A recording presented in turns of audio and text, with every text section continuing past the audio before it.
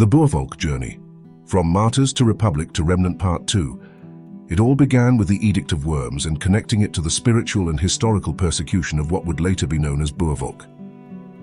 Before the eyes of history shift toward the territories that would become the Orange Free State and the Transvaal, we must first remember those who remained behind, those who would come to be known as the Cape Dutch Afrikaner. The Cape Dutch Afrikaners were rewarded with payments, vast farms and lucrative business opportunities after the Second Anglo-Boer War, while the Boervolk were cast aside, excluded from the emerging society. The Cape Dutch Afrikaners remained behind, rooted in the comfort of the Cape Colony. They feasted from the meat pots of empire, embraced the refined manners of British aristocracy, and grew accustomed to a life of ease, where servants and slaves bore the burden of labor. Their world was one of class, convenience, and compromise. It stood in stark contrast to the rugged simplicity and unfiltered faith that would later define the Boer republics of Natal, the Transvaal, and the Orange Free State. Nations built not on luxury but on blood, covenant, and the bitter cost of freedom. Outwardly, the Cape Dutch Afrikaner followed a strict Calvinist code, faithful to church and loyal to crown. Their devotion, draped in religious language, gave the appearance of a God-fearing people. But beneath the polished veneer, a different spirit stirred. For many, this piety became a cloak, covering a deeper allegiance not to God, but to wealth, to status, and to the comfort of being lord and lady over others. The gospel, once a light for the lowly, was now used to justify a life built on hierarchy and possession. This distortion found fertile ground in the heart of Cape society. It echoed the theological foundations of Calvinism itself, where Jean Cohan, later anglicized to John Calvin after his studies at the Jesuit College in Rome, formalized a doctrine that emphasized divine election, rigid discipline, and societal order. In the Cape, such teachings no longer humbled the soul before God. Instead, they elevated men above their fellows, cloaking status and wealth as signs of divine favor. In time, we will explore how the Afrikaners who fought against the Boervolk during the Second Anglo-Boer War, and those Boers who secretively received funding from Cecil John Rhodes Trust, played a direct role in shaping the events that led to both world wars and the Boer murder camps or Boer concentration camps. Had the Boer republics survived, the empire and its elite, often called the Devil's Crowned financiers, would never have gained the wealth or strategic power to fund global wars.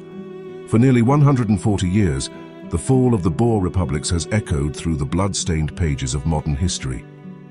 The atrocities endured by the Boervolk, through scorched earth policies, internment in concentration camps, and the systematic destruction of their homes and families, left a scar upon history that remains largely unacknowledged.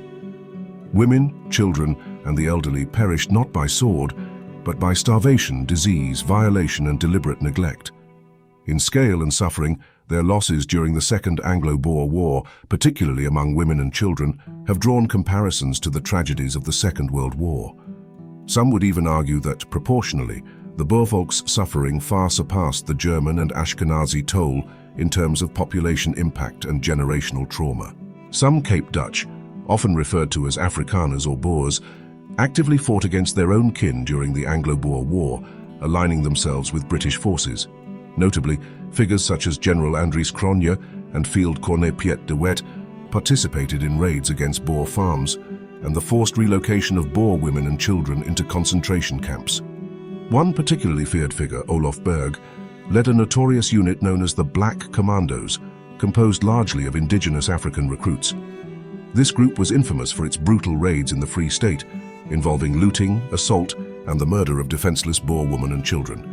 The atrocities committed during this period were further obscured by the systematic destruction of the Free State's original concentration camp records. These were replaced by heavily edited blue books, which downplayed the death toll and inflated reports of food rations and medical care, deliberately concealing the extent of the suffering and the true nature of the British and their auxiliaries' actions.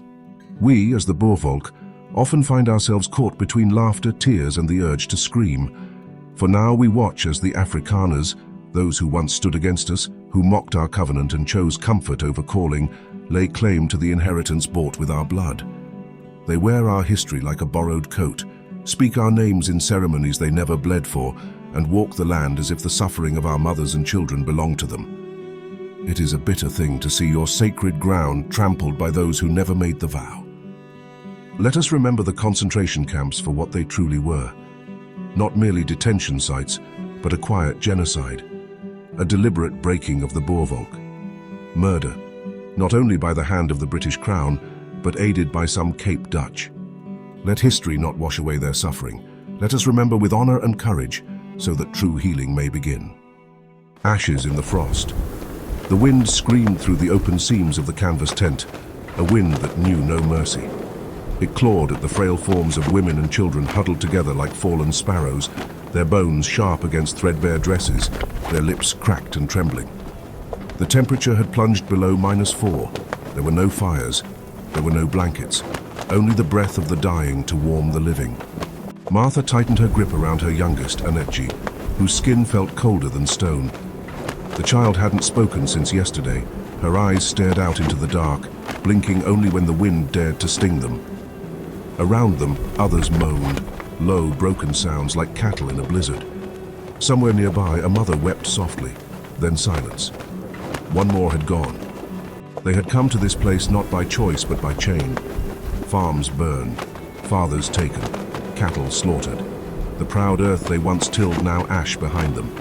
The British and Cape Dutch Afrikaner called it protection, the camp. But no walls could protect them from hunger, disease, or the gloved hands of guards that didn't ask. They took. What food came was stale, sometimes moldy.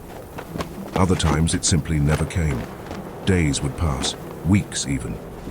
Mothers tore scraps from their own dresses to wrap their babies. Martha had done the same. At night, soldiers would patrol. Some shouted, others laughed. A few watched with a coldness that didn't match the frost, eyes like polished stone, unmoved by the sight of bare feet on icy ground or a child coughing blood into her hands. And yet, when one of the older girls had dared to cry for her dead brother, she was beaten. Her sobs replaced by silence and bruises.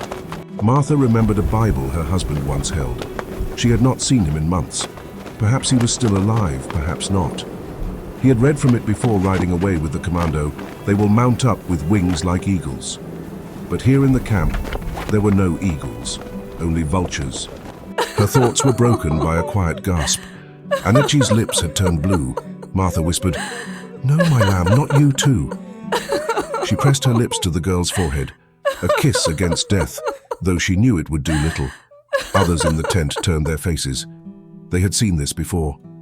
Morning brought no sun, just a grey, heavy light and the sound of a cart, the one that came for the bodies.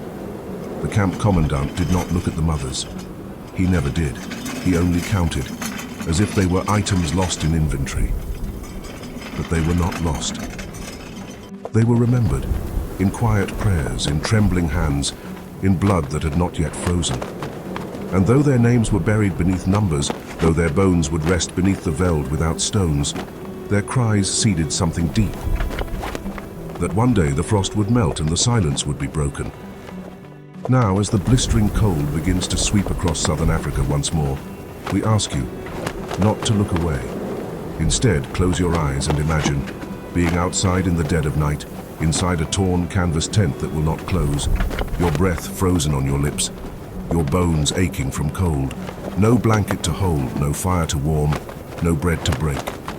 Imagine your child shivering against your chest, not for minutes, but for days. This is not fiction. This was the breath of thousands in the camps, the Boervolk women and children who became ashes in the frost. Their cries were muffled not by snow, but by silence. And tonight, as the frost creeps in again, may their memory do what the world refused to, keep us awake. The Boer prophet, Seer Nicolaas van Rensburg, spoke in visions. The flag of the Transvaal shall flutter once more. Not in vanity, not in politics, for we have learned bitterly that our downfall came when we yoked ourselves to crowns and cathedrals, to earthly kings and man-made altars, instead of bowing solely before the God of heaven. Let us not repeat the error of mixing holy calling with worldly ambition. No, let us turn the eyes of history, not to parliament nor pulpit, but to the wild horizon where men of covenant once walked. Now, as the ground softens and the voices rise, let truth run its race, unchained and unafraid. Let justice rise not with the noise of vengeance, but with the silence that shames injustice. Let the blood of the innocent speak, not with screams, but with the whisper that echoes through generations. Let the devil's crowned financiers, their willing servants, and those who continue the work of Olof Berg stand before the courts of heaven, not shielded by thrones or winged fallen angels, but stripped bare before the judge of all. For it is through your prayers, spoken in faith and forged in sorrow, that the veil is lifted, the path cleared, and we are divinely enabled to remember, to rise, and to restore.